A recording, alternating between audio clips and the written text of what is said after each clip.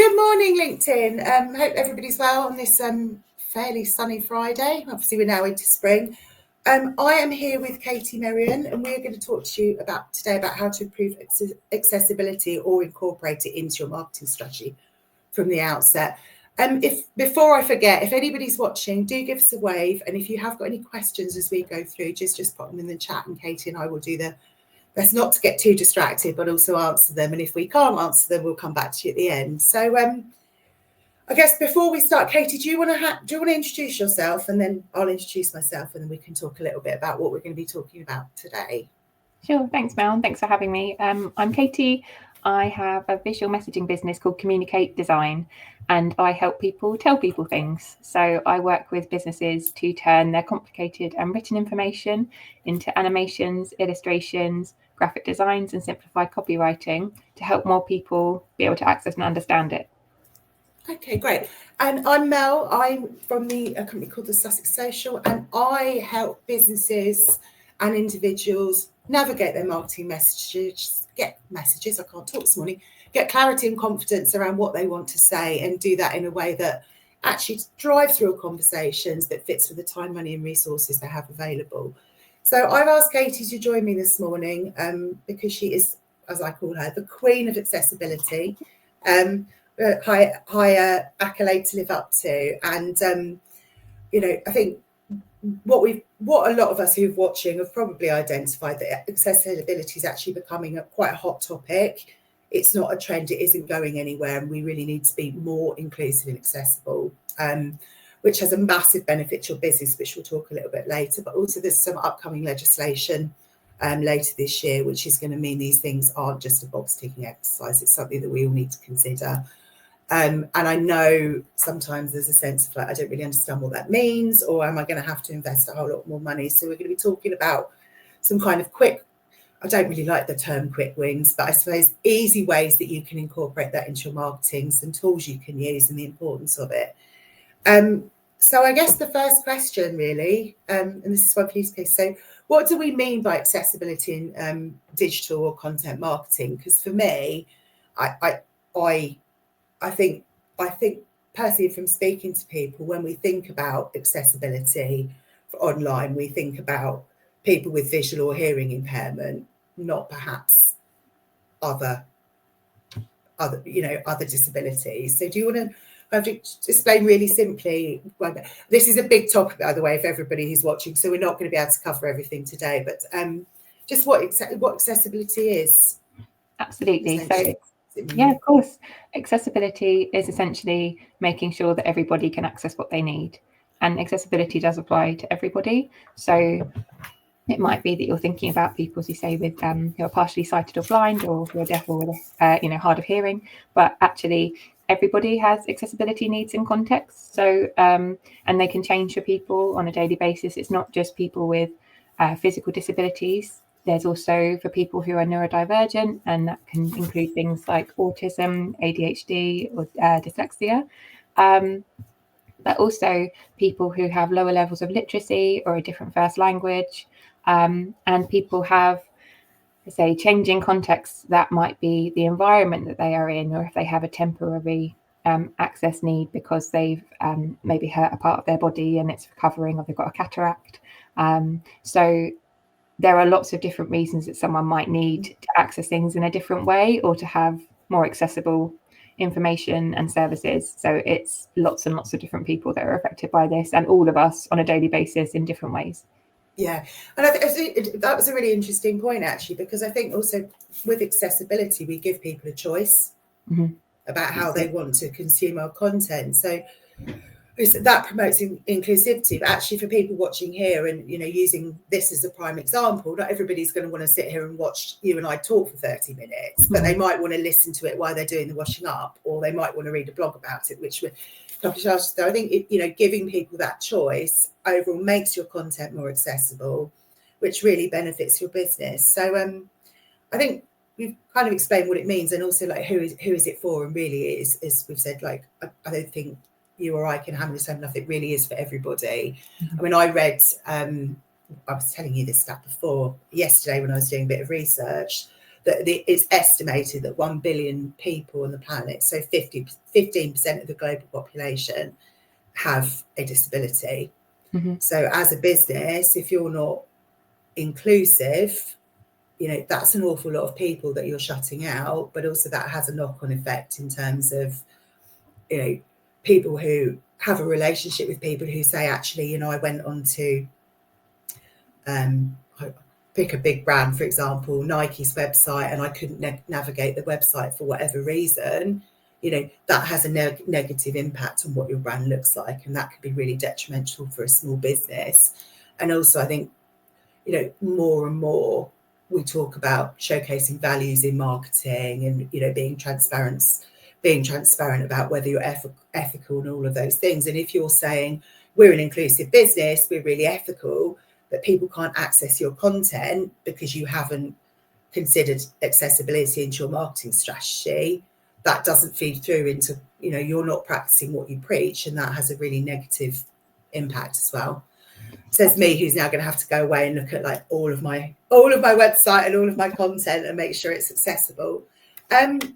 So I think another thing, sort of, I guess, why, so there's lots of reasons why it's important. I mean, we've just obviously kind of touched on the ethical side, but also just around, do you want to talk a little bit about the kind of upcoming legislation that people need to be aware of?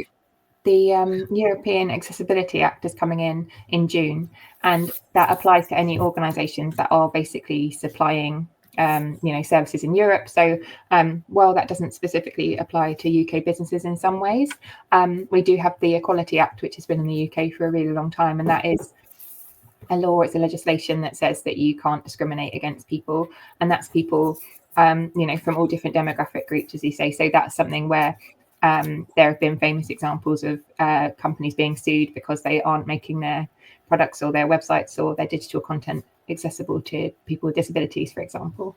But it's, yeah, so but even regardless of the law, I would say it's hugely important for companies to be doing this, because, as I say, if you're not making your content accessible to people, they are going to go to your competitors. So even if you aren't caring about it from a social perspective, from a business perspective, you're going to be losing revenue by people being unable to access your services. I'm not the best at remembering statistics, but that's all right. The estimated amount of money within the economy that is kind of available to be spent by disabled people and their families and their kind of support networks is £274 billion. That's every year. That's known as the purple pound, but essentially that is money that people with disabilities want to be spending, because, you know, everybody has things they need and want. It's, you know, I'm advocating for people being able to access not just the services they need, whether that's for their health or their well-being or their housing, whatever it might be, but also for the things they want, because everybody also has things, you know, everybody would like to have shoes, for example, if they need shoes. So it's kind of making sure that people can get the things that they need. As you say, through offering choice, which is what I'm always advocating for. That is the best way to make things more accessible, to give people a choice in how they access information. I think that's. I didn't. Do you know why it's what? Do you know why it's called the purple pound? I think.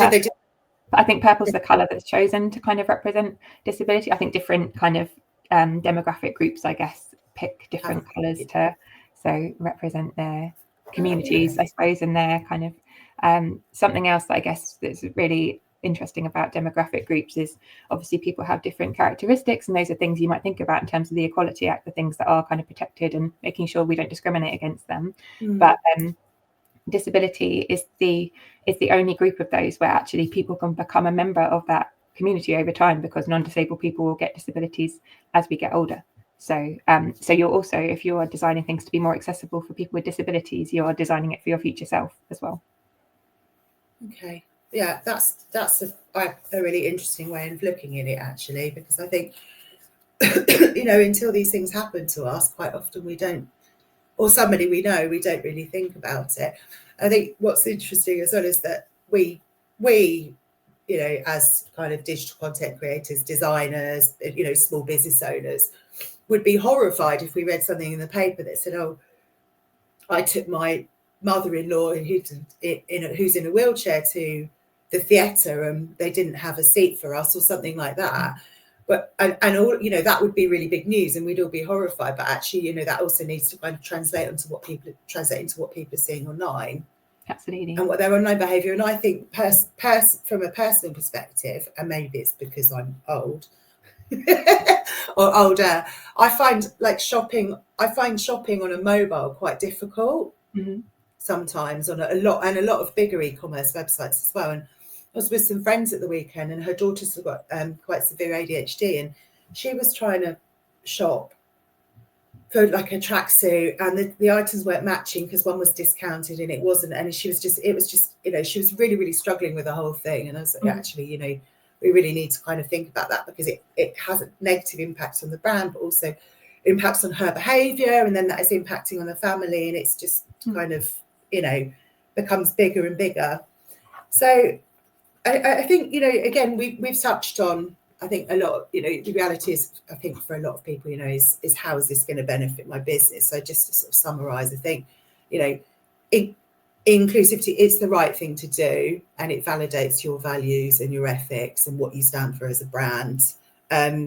Which, I mean, it's not going to, you know, it's not going to kind of impact it's probably not going to impact on your profitability overnight, but it's certainly going to future-proof your business. And as you say, future-proof it for our future selves. But I also think there's a lot of, you know, making your content accessible kind of supports, helps benefit things like what's going on behind the scene with digital marketing. So things like, you know, if your website is accessible and you're using things like alt text, and we'll talk about things like that in a minute, clear descriptions, the layout's good, you know, you are, over time, you are going to rank higher in Google. And it's the same with your social media content and email as well. So, you know, there's that kind of underlying benefit to actually making things accessible, and, you know, not getting blacklisted, or making sure that, you know, you get seen. And let's face it, like, a lot of us really kind of struggle with visibility and getting our websites and our social media content seen. Yeah, absolutely. I would say also making things more accessible, because part of that is just about simplifying the written content that you have and getting messages across in fewer words, essentially. So that means that even if people aren't reading to the bottom of your marketing email, or if they're just spending still less time on your website, you'll be able to tell them more. And there's also studies have been done that have proven that combining imagery with words, and also just using imagery itself, it's more memorable. So if you're using images within your marketing, within your website, within your branding, people are going to remember you more than if you aren't. So I say there's lots of reasons that making your messaging easier to understand and quicker for people to process means that they're more likely to use your services. I think, actually, I just wanted to go a bit off cuff here, Katie, because I obviously think like the work you do is amazing, and I see like your I've seen you like draw out meetings and kind of, you know, make privacy policies a bit more visual. So do you want to kind of just talk a little bit more about, I think it'd be quite interesting to talk a little bit more about, sorry, I've totally gone off piece here, put you on the spot, a little bit more about kind of the work that you do to make things, like, help businesses make their content more accessible. Sure, absolutely. So I'd say I'm always passionate about offering choice. So if a company comes to me and they've got something they feel just isn't kind of being understood by their audiences, and they might know that's the case because they're getting a lot of frequently asked questions, for example, about a particular kind of service they offer or how to use their product.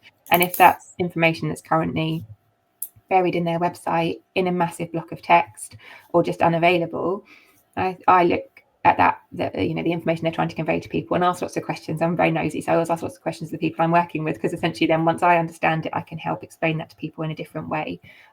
So I can then turn that, if I'm working with them on, say, you know, like a privacy policy. So last year I worked with a local youth centre who had 20 odd pages of data protection policy about, you know, consent and how we collect data and where we store it.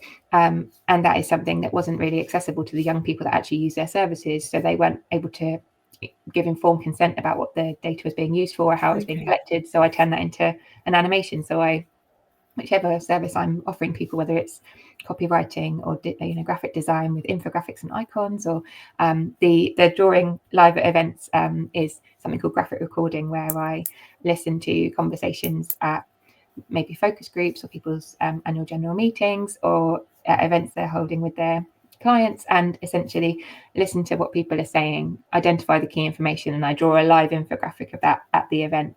But all of my work is the same approach of what are the things that people need to know out of this information?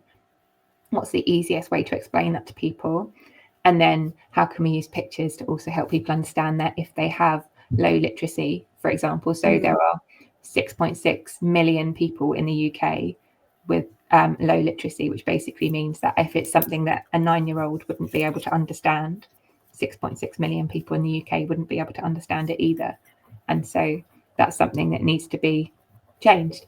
And for people that are able to see images and animations, and I do audio descriptions and voiceovers and so on for those as well, again about offering choice, it means that people are able to understand the things that they need to know so they can live their lives, basically.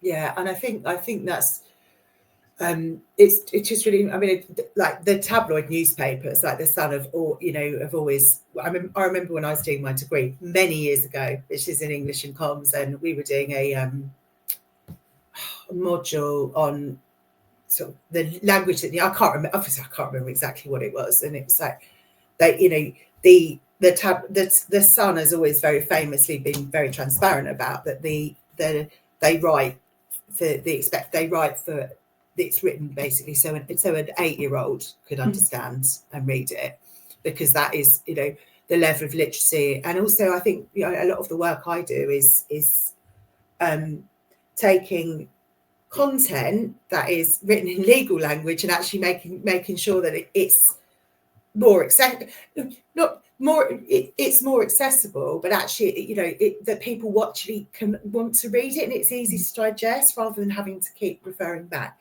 Okay, so we went a bit off piece, but we've got quite a lot of people watching. So if anybody's got any questions, then do please pop them in the comments, and we will we will answer them. But just in terms of, I think, so the next thing is, so I guess things that you need to think about when you're trying to incorporate or improve accessibility into your marketing strategy. So Katie, have you got any tips around that? So I think using fewer words is always a really good place to start, because again, studies have shown that even people who are experts in what they do, so if you're communicating to a group of scientists, for example, they would still rather receive information in simpler language, fewer words. Having extra words in the information we're trying to share increases what's called cognitive load. So for every extra 100 words, people have to spend an extra 11% of energy kind of understanding that. So it's better to use fewer words, and you can still use words that convey emotions and are interesting to people, but just trying to really simplify it, because the organizations and the individuals I work with, they are experts in what they do, and the more that you become embedded in your sector, the more you use the complicated language and the jargon, because that's what you know. But for someone coming in from the outside who doesn't understand that, those can just create barriers for people. So it's better to use fewer words. I would always advocate a safe offering choice, which is something we're kind of reiterating throughout this, but it's really important. So providing things in other formats for people that can't access or understand written information. So thinking about what's the key information that people need to know and how do you convey that in another way. For if you are using images and the images have got actually important information in them, so they're not just a decorative picture, but they are explaining something, it's really important to add alternative text known as alt text to those images. I think more kind of software on computers, for example, is prompting people to do that. So I know that Microsoft Word, for example, now has an accessibility checker you can use that will run through your document and help prompt you. But that's essentially doing a written description of what's in the picture, because if someone can't see that, they will be missing out on the information you're trying to explain using that picture if they can't hear a description of it. But I would also say putting that alternative text as an image description that's a written one within the text as well is really important, because another accessibility element is essentially digital poverty. If people don't have the data to access things, or if people also have temporary or permanent accessibility needs in contexts where they can't see pictures on their phone. They might be in a really bright environment, for example, or on a train and pictures are loading slowly. Having a written image description means that people can still get all the information they need from you, because, as I say, providing as many ways as possible for people to access and understand what you need really quickly stops them from switching off and just going elsewhere. Yeah. And I think for me, it's, I mean, I'm all about, I get a lot of people come to me and they say, oh, we need to do more activity on LinkedIn, or we want to start kind of email. And, you know, and actually I have to say to them, you know, do you have a marketing strategy? I mean, do you know what you're going to say? I mean, I was delivering an introduction to email marketing training course on Friday, and one of the big guys was there, was like, well, now I understand how to use MailChimp. And we did talk about making email more accessible, but he's like, actually, I don't know what I'm going to say about my business. And I think it's really similar with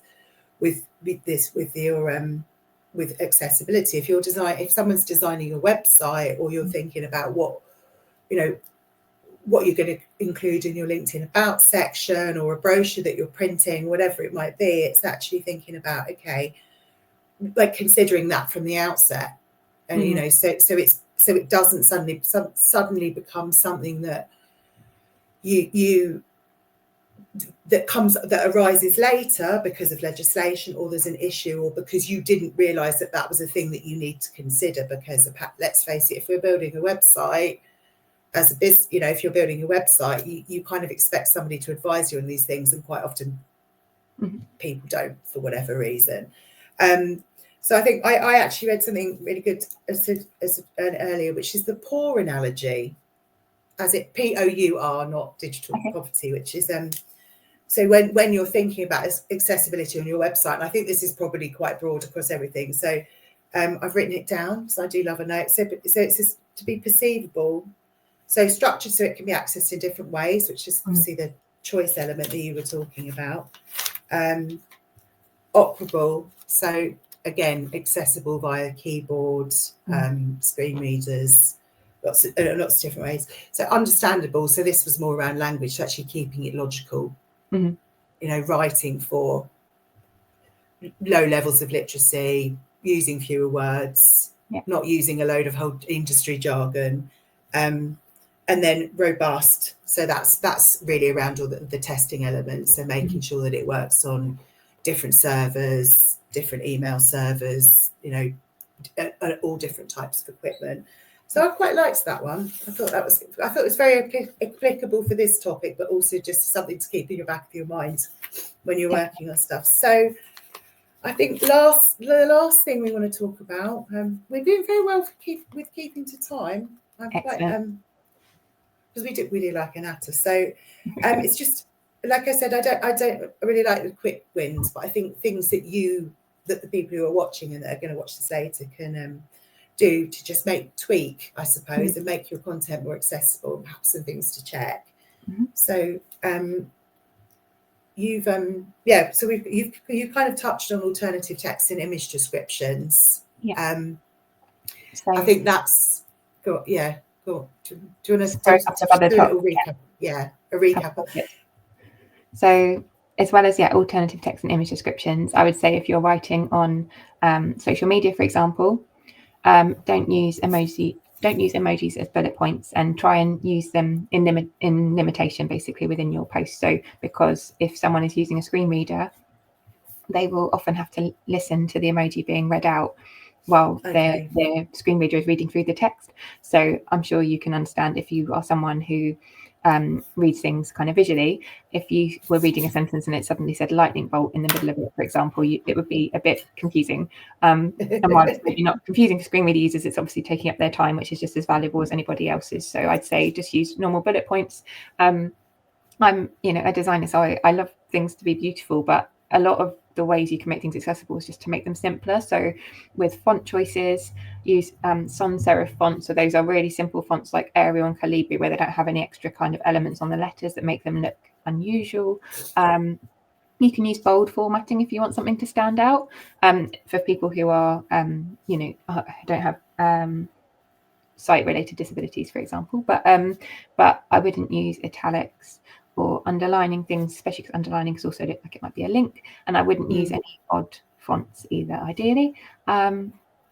Let's say alt text and image descriptions, formatting wise, if you are writing documents or things on your website, if you align text to the left, it's more accessible than centering it or justifying it, because for people with dyslexia, it's much easier to read and process information that's on the left, but also for sighted readers, we tend to scan information by looking down. If you are a culture or, you know, a community that read left to right, you will scan down the left side of the page to look for what you need. So by putting everything to the left, it also means people can find what they want quicker and they buy things from you, basically, or whatever it might be. So I'd recommend that as well.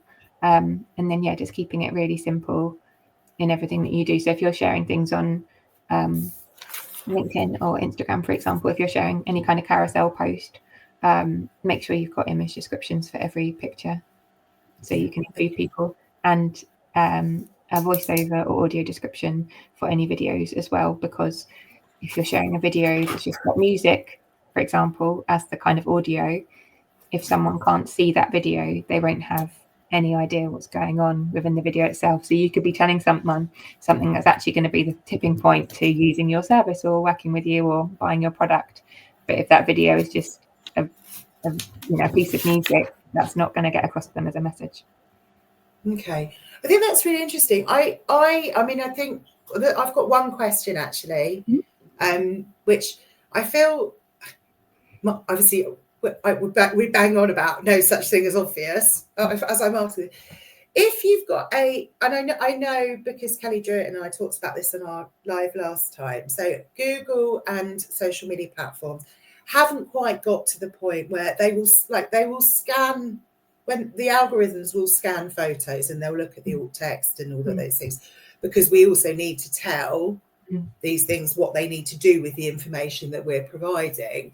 So if you've got, say for example, you create a post with a testimonial over the top. So I don't know, I've got a picture of Katie and, you know, it says there's a testimonial about you or one you've written for me or something. Would you advise putting those words into the alt text? Yeah, absolutely. Because I would say that just in general, actually, if you're sharing text anywhere, especially on your website and so on, don't just put text on an image, because essentially then that becomes just a flat image. So for anyone that can't see that picture because they physically can't see it, or it hasn't loaded, or whatever it might be, that their words on there don't really count as words anymore, basically. You know, search engine wouldn't be able to tell they were words. People can't read them out loud with a screen reader. So yeah, always put the text elsewhere, because, you know, that's your message you're trying to share with people. So otherwise it would basically be silence. Okay, because what I tend to do is if it's say it's that type of post, for instance, is I'll put the this is a genuine question because I don't know whether this is right or wrong. I'll put the alt text. I'll put it in the alt text as well. So what it actually says on the post. So I guess my question is that the right thing? And then probably also put that into the body of the text as well. So is that kind of the right thing to do? Absolutely. And if you've got, so I know that some alt text descriptions have a character limitation, so you may not, if you couldn't, for example, put the whole quote in there, I would summarize it as best you can. So using your new skills that you're developing to really summarize information in text in fewer words. But then image descriptions, obviously, if they're in the body of the text, there's no character limit for those. I realize that obviously some social media posts have a character limit, but you can include the whole thing. And you can put that at the end of the kind of the post as well. So I tend to structure it with written information that I'm trying to tell people first, and then image description down the bottom, because that will be closer to the image often if you're sharing on, you know, LinkedIn, for example. So people can choose to read through that or listen to it if they want to. Okay, cool. Richard Holmes is just, so useful link to check the accessibility of your website is accessibilitychecker.org. Amazing. I think we've, hello, Richard. I think we've got a few, I've certainly got some resources that I found really useful that I'm going to pop into the body of this at the end. I mean, I think one of the things I did want to touch on is because I know it's a question that lasts, is this kind of, there's a lot of information around about how AI supports accessibility in content. What I I think you and I had a chat about this before, and I think one of the things that I wanted to touch on is that what I find it really useful is, so I do a lot of work in email marketing platforms and in MailChimp, and when I go in there now and if I'm putting an email together, it will prompt me down the side and say, you need alt text for these images that you've put in. You know, and you can put the links in, and and that type of thing is really, really useful, and it's becoming more prevalent. However, I think what we really need to be really clear about for all of us is that that needs to be seen as a prompt. Absolutely. To remind you to do these things and really to check the language. And I shared this story with Katie earlier that I was putting an email together for a client, and it pulled up, and it was an image of one of the founders, and it populated it with a not very complimentary, shall we say, not very complimentary description of him, which had really no relevance to what we were talking about. It didn't have his name on, it didn't say what he did. So I think, you know, it's really important to make sure that, yes, you use these things in the same way as we all need to be using these things to support what you're doing. And over time, it will learn, you know, these things will learn. The more you put that alt text in, the more it will sort of scan that, and actually things you're doing later, it will probably generate things that are more accurate. But there's a lot of, you know, I think with accessibility, there's a lot of concerns around sort of data bias and things like that with AI, which is a whole different subject that I'm not an expert in. So we will not go down that too far. So I think LinkedIn sometimes cuts you off if you go over time, or we were sticking to time. So I know it is like that, and if you're late, they don't let you do it either. So I know it's like the police, the social media police. So I think really just to summarize, it's probably just about time to just kind of summarize what we've touched on, really. So I think the key points for me are to think about accessibility from the outset rather than including it at a later date. Definitely. Give people choice and kind of keep everything as simple as possible, and plan for your future self. Do you have anything to add to that?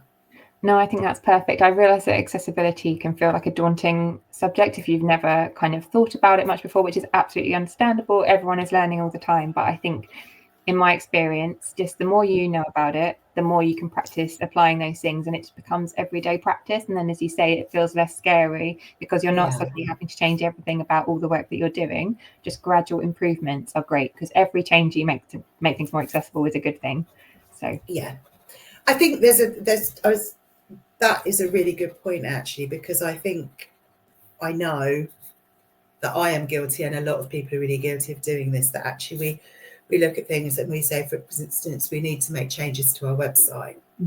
And suddenly you're like, I need to make changes to your website, and it becomes this enormous thing in your head, where actually it's a case of breaking down what those things need to be. And even if you only did, you know, I mean, putting alt text on all of your website images is really necessary, and it helps the search engine. But also, if you've got a lot of imagery there that hasn't had them before, it can feel really time consuming. But actually, you know, I think, you know, a really quick tip, just do 1 or 2 a day. Yeah, absolutely. Or just make that part of your daily thing, and you'll become almost muscle memory in the end. And that when you're then creating a social media post, you'll think, oh, of course, I need to add alt text and image description. I need to check my color contrast. I need to think about the language that I'm using, and I need to make sure I'm not using emojis as bullet points. And that just becomes everyday stuff. And, you know, the things you're trying to tell people are really important, and they're interesting. So people will still read your posts and look at your image, you know, whatever it might be. You don't need jazzy fonts to make people pay attention if you're trying to tell them something important. Okay. Yeah. No, I think that's really key. So that's a summary. Katie, do you have anything that you would like? Where can people find you? Oh, sure. And any useful resources that you have other than here on LinkedIn? So you can find me, say on LinkedIn in general, normally lurking around here, and on my website, which is communicate.design. I've got some examples on there and some kind of more information. But if you've got any questions about accessibility, I'm always happy to try and answer them wherever I can, or making things more inclusive, because I just want to make the world better for everybody, basically. So if there's anything I know that I can share with you, I'm very happy to do that. So if it's a checklist about how to make written information more accessible, for example, I can share that with people. Yeah, I'm just always happy to have a chat, basically. Cool. Yeah, I'm also very happy to have a chat, although probably not so much about accessibility, although I can probably certainly help you with kind of incorporating what you think that you might need to say and simplifying it from the outset. But I'm going to pop the link in as well, because I'm doing a monthly competition to win a mini marketing review. So if there's this kind of element of things you want to think about, you can always enter that. But thank you everyone for watching. If you've got any questions after, as I said, do reach out to either of us or pop them in the chat. But go enjoy your Friday, and we'll see you soon. And thank you, Katie, for joining me. Thank you. Bye. Bye. Oh.